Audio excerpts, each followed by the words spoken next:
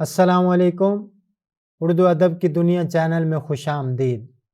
آج ہم علامہ محمد اقبال رحمۃ اللہ علیہ کی حیات و تصانیف کے پارٹ 1 میں علامہ اقبال رحمۃ اللہ علیہ کی سوانح پر تفصیل سے بات کریں گے۔ امید ہے آپ کو ہماری یہ ویڈیو پسند آئے گی۔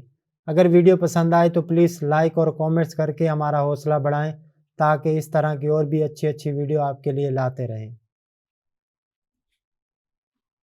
علامہ محمد اقبال رحمۃ اللہ علیہ کی سوانح۔ علامہ محمد اقبال کا خاندان کہاں سے ہجرت کر کے سیالکوٹ آیا؟ کشمیر سے۔ علامہ محمد اقبال کے دادا کا کیا نام تھا؟ شیخ محمد رفیق۔ علامہ محمد اقبال کے والد کا کیا نام تھا؟ شیخ نور محمد۔ علامہ محمد اقبال کی والدہ کا کیا نام تھا؟ امام بی بی۔ علامہ محمد اقبال کے بڑے بھائی کا کیا نام تھا؟ شیخ عطا محمد، جو اقبال کے مالی سرپرست بھی تھے۔ علامہ محمد اقبال کب اور کہاں پیدا ہوئے؟ علامہ اقبال 9 نومبر 1877 کو سیالکوٹ میں پیدا ہوئے۔ علامہ اقبال نے ابتدائی تعلیم کس استاد سے حاصل کی؟ مولوی میر حسن سے۔ علامہ اقبال نے میٹرک کا امتحان کب اور کہاں سے پاس کیا؟ 1893 میں اسکاچ مشن ہائی سکول سے درجہ اول میں پاس کیا۔ علامہ اقبال نے ایف اے کا امتحان کب اور کہاں سے پاس کیا؟ 1895 میں اسکاچ مشن کالج سے درجہ دوم میں پاس کیا۔ علامہ اقبال نے بی اے کرنے کے لیے کس کالج میں داخلہ لیا؟ گورنمنٹ کالج لاہور میں۔ علامہ اقبال گورنمنٹ کالج کے کس ہاسٹل میں رہتے تھے؟ کوڈرنگل ہاسٹل کے کمرہ نمبر 1 میں۔ اب اس ہاسٹل کا موجودہ نام اقبال ہاسٹل ہے۔ علامہ اقبال نے بی اے میں کون سے مضامین رکھے؟ انگلش، فلسفہ اور عربی۔ علامہ اقبال عربی کی کلاس لینے کے لیے کس کالج میں جاتے تھے؟ اورینٹل کالج میں۔ اقبال نے اورینٹل کالج میں کس پروفیسر سے بطور خاص اکتساب فیض حاصل کیا؟ پروفیسر آرنلڈ سے۔ علامہ اقبال نے بی اے کا امتحان کس سن میں پاس کیا؟ 1897 میں۔ علامہ اقبال نے ایم اے کب اور کس یونیورسٹی سے پاس کیا؟ 1899 میں پنجاب یونیورسٹی سے 3rd ڈویژن میں پاس کیا۔ علامہ اقبال نے ایم اے کس مضمون میں کیا؟ فلسفے میں۔ علامہ اقبال کو ایم اے فلسفہ کرنے پر کیا انعام ملا؟ چونکہ اقبال فلسفے کے ایک ہی طالب علم تھے، اس لیے انہیں ایم اے فلسفہ کرنے پر طلائی تمغہ ملا۔ علامہ اقبال نے کس کے کہنے پر مقابلے کا امتحان دینے کا ارادہ کیا؟ بڑے بھائی شیخ عطا محمد کے کہنے پر۔ علامہ اقبال کو کس وجہ سے مقابلے کا امتحان دینے کی اجازت نہ ملی؟ آنکھ کی بینائی کمزور ہونے کی وجہ سے۔ علامہ اقبال اعلیٰ تعلیم کے لیے کس سن میں انگلستان گئے؟ ستمبر 1905 میں۔ علامہ اقبال کے پہلی بار لندن پہنچنے پر ان کا استقبال کس نے کیا؟ شیخ عبد القادر نے۔ علامہ اقبال لندن پہنچنے کے بعد کہاں گئے؟ کیمبرج۔ علامہ اقبال نے بی اے آنرز کے لیے کس کالج میں داخلہ لیا؟